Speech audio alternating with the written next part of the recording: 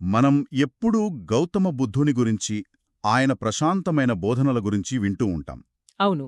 కానీ ఆయన జీవితంలోనే, ఆ స్వయంగా ఆయన కుటుంబంలోనే ఆయన ఆలోచనల్ని తీవ్రంగా వ్యతిరేకించిన ఒక వ్యక్తి ఉన్నారంటే నమ్మగలమా? చాలా కష్టం. బుద్ధుని మార్గాన్ని బహిరంగంగా ఎగతాళి చేసి, ఆయనకు దాదాపు శత్రువుగా మారిన ఒక ముఖ్యమైన బంధువు కథ ఈరోజు మనం చూడబోతున్నాం. అవును. ఈరోజు మనం be gilded staff the legacy of Dandapani అనే మూల గ్రంథం ఆధారంగా దండపాణి అనే వ్యక్తి గురించి లోతుగా చర్చిస్తున్నాం. దండపాణి ఈయన పేరు బౌద్ధ చరిత్రలో పెద్దగా వినిపించకపోవచ్చు, కాని బుద్ధుని జీవితాన్ని, ఆనాటి సంఘర్షణను అర్థం చేసుకోవడానికి ఈయన కథ చాలా ముఖ్యం. అంటే ఆయన కేవలం బుద్ధుని మార్గాన్ని అనుసరించని వ్యక్తి మాత్రమే కాదు. కాదు, దాన్ని చురుకుగా వ్యతిరేకించిన వ్యక్తి. కరెక్ట్. అసలు ఈ దండపాణి ఎవరు? బుద్ధునితో ఆయనకున్న బంధమంతా సంక్లిష్టమైనది ఎందుకు? కేవలం అభిప్రాయ భేదాల వల్లే వ్యతిరేకించాడా, లేక దాని వెనుక ఇంకా పెద్ద కారణాలేమైనా ఉన్నాయా? ఈ విషయాలన్నిటినీ మన దగ్గరున్న సమాచారం సహాయంతో కూపిలాగుదాం. తప్పకుండా. సరే, ముందుగా ఈ కుటుంబ సంబంధాల చిక్కుముణ్ణి విప్పుదాం. అసలు ఈ దండపాణి బుద్ధునికి అంత ముఖ్యమైన బంధువెలా అయ్యాడు? ఇది చాలా అంటే చాలా దగ్గరి బంధం. దండపాణి శాక్యవంశానికి చెందినవాడు. ఆయనకు ఇద్దరు సోదరీమణులు ఉన్నారు. ఓకే. మాయాదేవి ప్రజాపతి మనందరికీ తెలుసు. మాయాదేవి సిద్ధార్థుని కన్న తల్లి.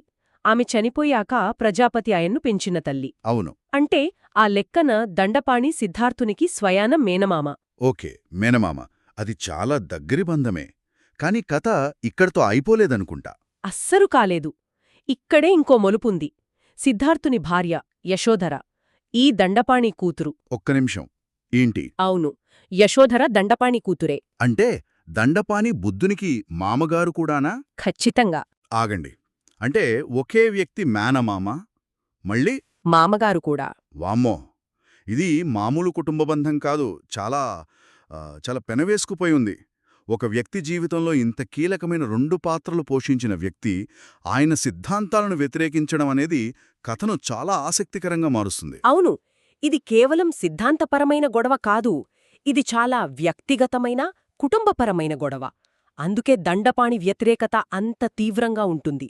ఈ బంధుత్వాలు ఇలా ఉంటే ఆయన పేరు కూడా చాలా విచిత్రంగా ఉంది. దండపాణి. ఈ పేరు వెనుక కథేంటి? ఇది ఆయన అసలు పేరేనా? ఇది మంచి ప్రశ్న. పాణి అంటే సంస్కృతంలో చెయ్యి, దండ అంటే కర్ర లేదా దండం.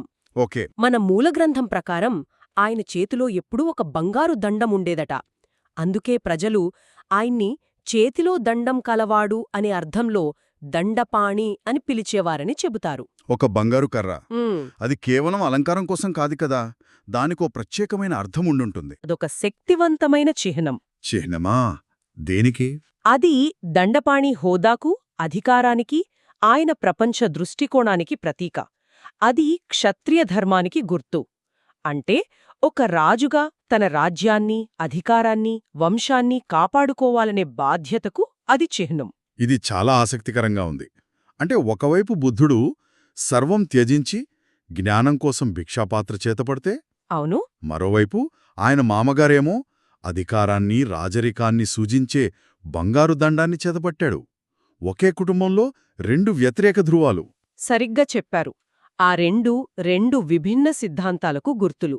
బుద్ధుని భిక్షాపాత్ర శ్రమణ ధర్మానికి చిహ్నం.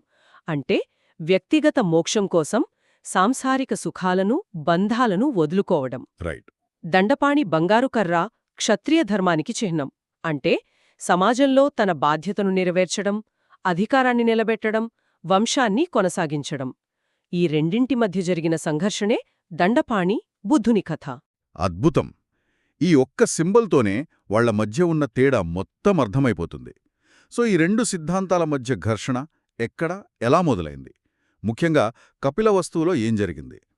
బుద్ధుడు జ్ఞానోదయం పొందిన తర్వాత తన సొంత నగరమైన కపిలవస్తుకు తిరిగి వచ్చినప్పుడు శాక్య వంశస్థులందరూ ఆయన బోధనలు వినడానికి వచ్చారు. సహజమే. సహజంగానే దండపాణి కూడా అక్కడికొచ్చాడు. తన అల్లుడు, మేనల్లుడు ఇప్పుడు ఏకంగా బుద్ధుడయ్యాడు. ఏం చెబుతాడో విందామని కూర్చున్నాడు. విన్నాడు. కాని ఆయనకది ఏమాత్రం నచ్చలేదని మన సోర్స్ చెప్తోంది. నచ్చకపోవడం చాలా చిన్న పదం. ఆయన దాన్ని బహిరంగంగా అవమానించాడు. ఏంటి? అవమానించాడా? అవును.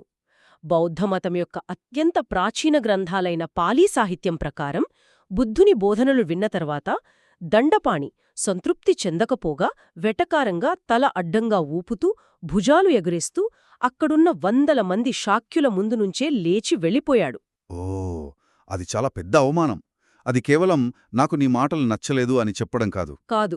నువ్వు చెప్పేదంతా అర్థం పర్థం మీ చెత్త అని అందరి ముందు ప్రకటించడం లాంటిది.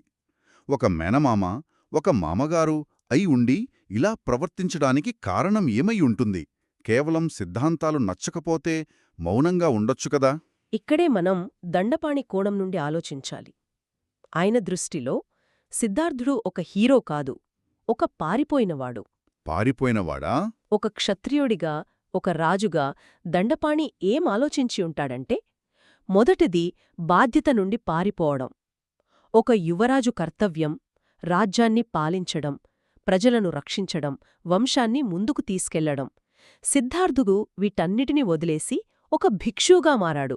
దండపాణి దృష్టిలో ఇది క్షత్రియ ధర్మానికి చేసిన ద్రోహం.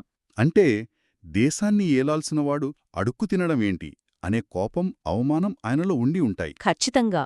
ఇక రెండోది ఇంకా వ్యక్తిగతమైన కారణం. సిద్ధార్థుడు వదిలి వెళ్ళింది కేవలం రాజ్యాన్ని కాదు, తన భార్యను, కొడుకును కూడా. అవును. ఆ భార్య యశోధర దండపాణి కూతురు. ఒక తండ్రిగా తన కూతురి జీవితాన్ని ఇలా మధ్యలో వదిలేసి వెళ్లిన అల్లుడిపై ఆయనకు ఎంత కోపముండుంటుంది. ఆ కోపమే ఈ బహిరంగ తిరస్కారానికి ఆజ్యం పోసి ఉండవచ్చు. నిజమే. మనం ఎప్పుడూ సిద్ధార్థుని మహాత్యాగం గురించే ఆలోచిస్తాం. కాని దండపాణిలాంటి వాళ్లకి అది త్యాగంలా కాదు, ఒక కుటుంబ ద్రోహంలా కనిపించుంటుంది. తన కూతురు, మనవడి భవిష్యత్తును నాశనం చేశాడనే ఆవేదన ఆయనలో బలంగా ఉండుంటుంది. ఇక మూడో కారణం సామాజిక కట్టుబాటు. బుద్ధుడు చెప్పే మార్గం ఆనాటి సమాజపు పునాదులనే ప్రశ్నిస్తోంది. వర్ణవ్యవస్థను, రాజరిక బాధ్యతలను, కుటుంబ విధులను కాదని వ్యక్తిగత మోక్షమే ముఖ్యమని చెబుతోంది. ఓహ్! చేతిలో బంగారు కర్ర పట్టుకుని ఆ సామాజిక వ్యవస్థకు ప్రతినిధిగా ఉన్న దండపాణికి ఈ కొత్త ఆలోచన ప్రమాదకరంగా అనిపించుంటుంది. తన అధికారాన్ని, తన ప్రపంచాన్ని కూల్చేసే సిద్ధాంతంగా కనిపించుంటుంది. కాబట్టి దండపాణికి బుద్ధుడు ఒక జ్ఞానిలా కాకుండా, ఒక బాధ్యతలేని వ్యక్తిగా, ఒక కుటుంబ ద్రోహిగా, ఒక సామాజిక విప్లవకారుడిగా కనిపించాడు. ఈ కోణంలో చూస్తే ఆయన వ్యతిరేకతకు ఒక లాజిక్ కనిపిస్తుంది. అవును. కాని ఆయన కేవలం వ్యతిరేకించడంతో ఆగిపోలేదు కదా. ఆయన బుద్ధునికి శత్రువుగా మారిన మరొకరితో చేతులు కలిపాడు. అవును. ఇది ఈ కథలో అత్యంత కీలకమైన మలుపు. దండపాణి దేవదత్తుని అనుచరుడిగా మారాడు. దేవదత్తుడు బుద్ధుని కథలో ప్రధాన విలన్, బుద్ధుణ్ణి చంపడానికి కూడా ప్రయత్నించిన వ్యక్తి. ఆయనతో చేతులు కలపడమంటే అది మామూలు విషయం కాదు. కానే కాదు. ఈ దేవదత్తునికి దండపాణికి కూడా ఏమైనా బంధుత్వం ఉందా? ఉంది. ఇక్కడే ఈ కుటుంబ కథ మరింత సంక్లిష్టంగా మారుతుంది. ఈ దేవదత్తుడు ఎవరో కాదు, దండపాణి తమ్ముడైన సుప్పబుద్ధుని కొడుకు. ఏంటి? అవును. అంటే దండపాణికి స్వయాన మేనల్లుడు. అమ్మో! అంటే తన కూతుర్ని వదిలేసిన మేనల్లుడికి, అంటే సిద్ధార్థుడికి వ్యతిరేకంగా తన సొంత మేనల్లుడి, అంటే దేవదత్తుని పక్షం చేరాడు. కుటుంబం స్పష్టంగా రెండుగా చీలిపోయింది. ఇది పూర్తిగా ఒక పవర్ గేమ్లా ఉంది. ఇది ఖచ్చితంగా ఒక శక్తి పోరాటమే. అయితే ఇక్కడ మనమొక విషయం ఆలోచించాలి. దండపాణి దేవదత్తుని ఎందుకు ఎంచుకున్నాడు? దేవదత్తుడు కూడా భిక్షువే కదా? అదే నా ప్రశ్న. బుద్ధుని భిక్షు మార్గమే నచ్చినప్పుడు మరో భిక్షువైన దేవదత్తుని ఎందుకు అనుసరించాలి? దీనికొక ఆసక్తికరమైన వివరణ ఉంది. దేవదత్తుడు బౌద్ధ సంఘాన్ని చీల్చాలని చూశాడు. కాని అతను బౌద్ధ సిద్ధాంతాన్ని పూర్తిగా నాశనం చెయ్యాలనుకోలేదు. అతను సంఘం మీద పట్టు సాధించాలనుకున్నాడు. ఓకే. అతను బుద్ధుడికంటే కఠినమైన, కఠోరమైన నియమాలని ప్రతిపాదించాడు. ఉదాహరణకు భిక్షువులు జీవితాంతం అడవుల్లోనే ఉండాలి, మాంసం తినకూడదు లాంటివి. అంటే దేవదత్తుని మార్గం మరింత కఠినమైనది. అవును. బహుశా దండపాణిలాంటి సంప్రదాయవాదికి బుద్ధుడి మధ్య మార్గం కంటే దేవదత్తుడి కఠినమైన నియమాలతో కూడిన మార్గం ఎక్కువ ఆమోదయోగ్యంగా అనిపించి ఉండవచ్చు. ఆ నియమాలు ఒక రకమైన నియంత్రణను, క్రమశిక్షణను సూచిస్తాయి.